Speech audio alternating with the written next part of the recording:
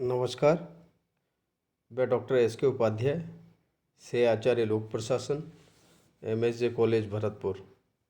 आज हम BA third year के फर्स्ट प्रश्न पत्र तुलनात्मक प्रशासनिक व्यवस्थाएं विषय के टॉपिक संयुक्त राज्य अमेरिका की प्रशासनिक व्यवस्था का अध्ययन करेंगे। यह इस विषय पर पहला वीडियो है जिसमें हम संयुक्त राज्य अमेरिका के संविधान की विशेषताएं उन पर चर्चा करेंगे। अमेरिकी संविधान की विशेषताएं। उत्तरी अमेरिका महाद्वीप में स्थित 50 राज्यों का समूह जो संघीय गणतंत्र है संयुक्त राज्य अमेरिका कहलाता है। इनमें 49 राज्य मुख्य भूमि पर तथा एक राज्य हवाई द्वीप से पृथक स्थित है। 1492 में भारत की खोज के लिए निकले इटली के कोलंबस ने इस देश यानी कि अमेरिका की खोज की। अमेरिका प्रारंभ में ब्रिटिश शासन के अधीन रहा, लेकिन कालांतर में स्वतंत्र होने के बाद ये संघीय गणराज्य बना, जिसमें पहले 13 राज्य थे जो आज वर्तमान में 50 राज्यों का संघीय राज्य है। संयुक्त राज्य अमेरिका का जो संवैधानिक विकास क्रमशः 1776 से लेके 1760 से इसको कह सकते हैं, तब से लेके आज तक ये निरंतर विकसित होता रहा है। सभी प्रकार के शांति समझौतों के प्रयास के बाद 4 जुलाई 1776 में 13 उपनिवेशों ने ब्रिटिश साम्राज्य को त्याग के जब स्वतंत्र एक राज्य के रूप में संयुक्त राज्य अमेरिका का गठन हुआ, तब से लेके अब तक ये इसका संविधान धीरे धीरे विकसित होता रहा है। संयुक्त राज्य अमेरिका के संविधान की प्रमुख विशेषताओं को हम निम्न रूप में देख सकते हैं। पहली विशेषता है निर्मित लिखित संविधान। ये अमेरिका का जो संविधान है वो निर्मित एवं लिखित संविधान है। 1787 में ये निर्मित हुआ और अमेरिकी संविधान विश्व का प्रथम लिखित संविधान माना जाता है। अमेरिका की संविधान का निर्माण फिलाडेल्फिया सम्मेलन में हुआ था, तथापि इसके कुछ और भाग जो निरंतर न्यायिक पुनरावलोकन, कांग्रेस द्वारा निर्मित अधिनियम, संशोधन, परंपराओं और प्रशासनिक निर्णयों के माध्यम से और कई उपबंधों का विकास होता रहा है। दूसरी विशेषता है सर्वाधिक संक्षिप्त संविधान। विश्व के लिखित संविधानों में संयुक्त राज्य अमेरिका का संविधान सबसे संक्षिप्त संविधान है, सर्वाधिक संक्षिप्त संविधान है। इस संविधान में मात्र 7 अनुच्छेद हैं, जबकि भारत के संविधान में 395। मुनरो के शब्दों में इस संविधान में 4000 शब्द जो 10 से 12 पृष्ठों में मुद्रित हैं। आधे घंटे में पढ़े जा सकने वाले संविधान को सहजता से जेब में रखा जा सकता है। इस प्रकार ये विश्व का सर्वाधिक संक्षिप्त संविधान भी कहा जाता है। जन संप्रभुता पर आधारित संविधान। वर्तमान अमेरिकी संविधान जनसाधारण की शक्ति, इच्छा, संप्रभुता को प्रदान करता है। पूर्व के प्रसंग के प्रलेख में राज्यों में संप्रभुता निहित कर दी गई। जन संप्रभुता का निवास जनता में है, अंतिम शक्ति जनता में। संविधान में जो सर्वोच्च शक्ति है वो जनता में ही दी गई है, अतः लोकतंत्र में जन ही संप्रभु है, इसलिए जन संप्रभुता पर आधारित संविधान है। अगली विशेषता है संविधान की सर्वोच्चता। अमेरिकी संविधान देश में संविधान की सर्वोच्चता है। संविधान से बड़ा कोई कानून नहीं है। अमेरिकी संविधान के अनुच्छेद 6 में ये वर्णित किया गया है कि यह संविधान और इसके अनुसार बनाए गए सभी कानून एवं संयुक्त राज्य अमेरिका के प्राधिकार के अधीन की गई अथवा भविष्य में की जाने वाली सभी संधियां देश का सर्वोच्च कानून होगा और प्रत्येक राज्य के न्यायाधीश उससे बाध्य होंगे। इसी पर कभी भी राज्य का संविधान या कानून कोई भी बात जो कि संविधान के विरुद्ध होगी अवैध समझी जाएगी। यानी कि सबसे बड़ा कानून संविधान है और संविधान की सर्वोच्चता। कठोर संविधान। कठोरता से मतलब संविधान की जो संशोधन प्रक्रिया है वो बनस्पत कठोर है, जटिल है।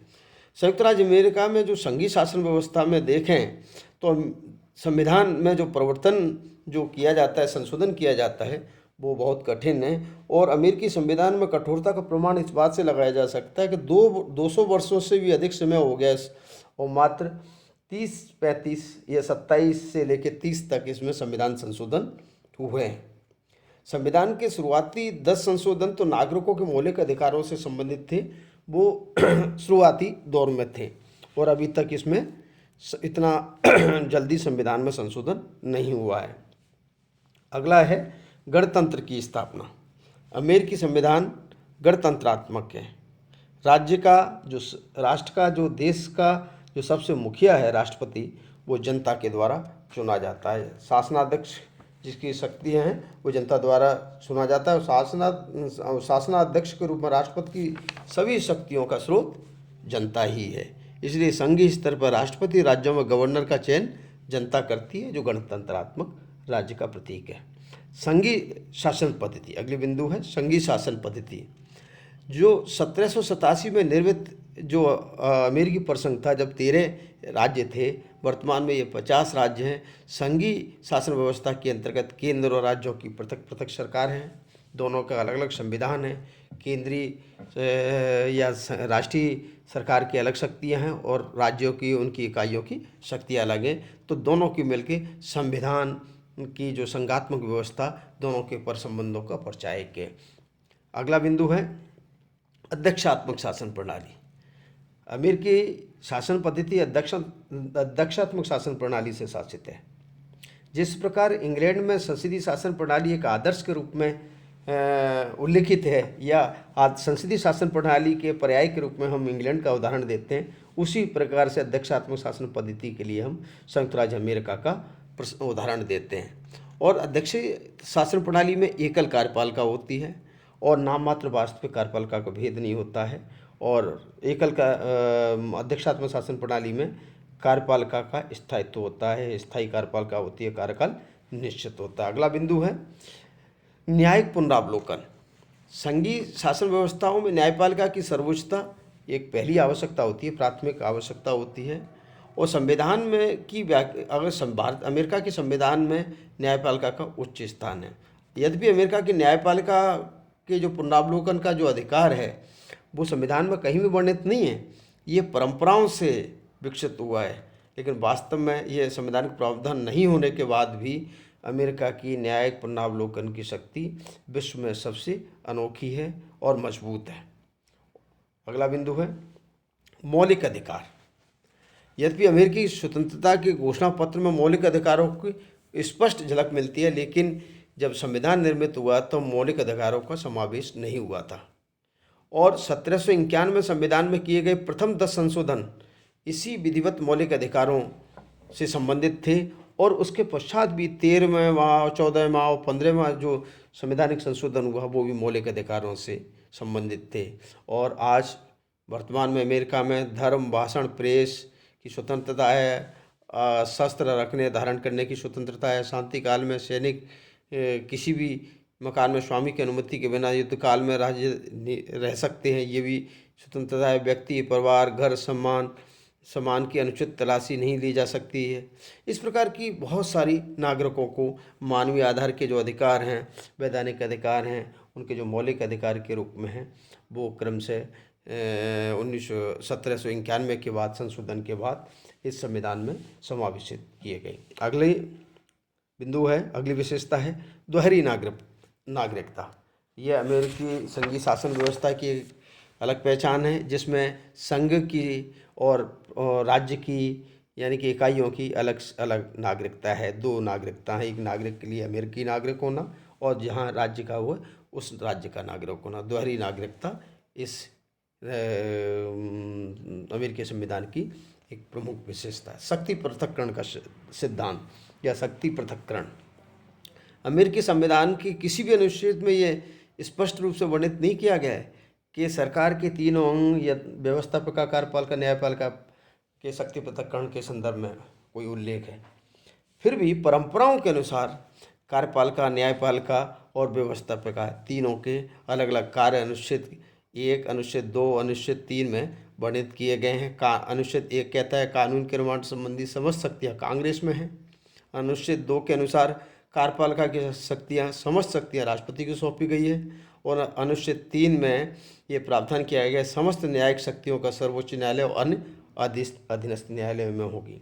कालांतर में यह परंपराएं धीरे धीरे शक्ति पृथक्करण के सिद्धांत के रूप में एक आवश्यकता के रूप में अमेरिकी शासन पद्धति में देखने को मिलती हैं। अवरोध और संतुलन का सिद्धांत।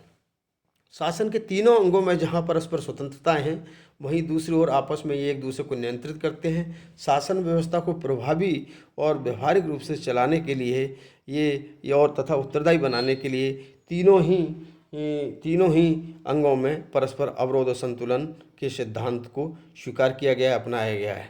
यद्यपि संविधान निर्माताओं ने स्पष्ट मान था कि किसी भी अंग की एक पूर्ण स्वतंत्रता या अधिक शक्तियाँ वो निरंकुशता का पर्याय हो सकती है, इसलिए तीनों के साथ साथ स्वतंत्रता, तीनों को अवरोध और संतुलन के सिद्धांत के साथ साथ धीरे धीरे संविधान की भावनाओं के अनुरूप विकसित किया गया। और अंतिम जो विशेषता है संयुक्त राज्य अमेरिका के संविधान की, वह है परंपराएं और रूढ़ियाँ। अमेरिकी संविधान में अत्यंत संक्षिप्त सरल है, लेकिन कुछ फिर भी इसमें कुछ ऐसी परंपराएं जो बाद में कालांतर में धीरे धीरे विकसित हुई हैं, वो एक अपरिहार्य विशेषता के रूप में, आवश्यक विशेषता के रूप में देखी जा सकती हैं। जैसे संविधान के में राष्ट्रपति के मंत्रिमंडल का कहीं उल्लेख नहीं है, लेकिन कालांतर में ये राष्ट्रपति के द्वारा विभागीय मंत्रियों की नियुक्ति कर दी गई और ये मंत्रिमंडल के रूप में आज देखने को मिलता है। इसी प्रकार से राष्ट्रपति का चुनाव अप्रत्यक्ष विधि से न होकर प्रत्यक्ष विधि से होने लगा। इसी प्रकार से परंपरानुसार सभी प्रत्यक्ष निर्वाचन मंगलवार को होते हैं। सर्वोच्च न्यायालय अपने निर्णय शुक्रवार को सुनाता है। परंपरा के अनुसार राष्ट्रपति को मिस्टर प्रेसिडेंट और गवर्नर को महामहिम संबोधन दिया जाने लगा। तो कुछ इस तरह की परंपराएं और रूढ़ियाँ जो अमेरिकी संविधान में उसकी विशेषताओं के रूप में कालांतर में स्पष्ट दिखाई देने लगी। ये प्रमुख विशेषता, अमेरिकी संविधान की प्रमुख विशेषताएं आपने देखी। अगले वीडियो में अमेरिकी प्रशासनिक व्यवस्था के दूसरे पक्षों का अध्ययन करेंगे। धन्यवाद।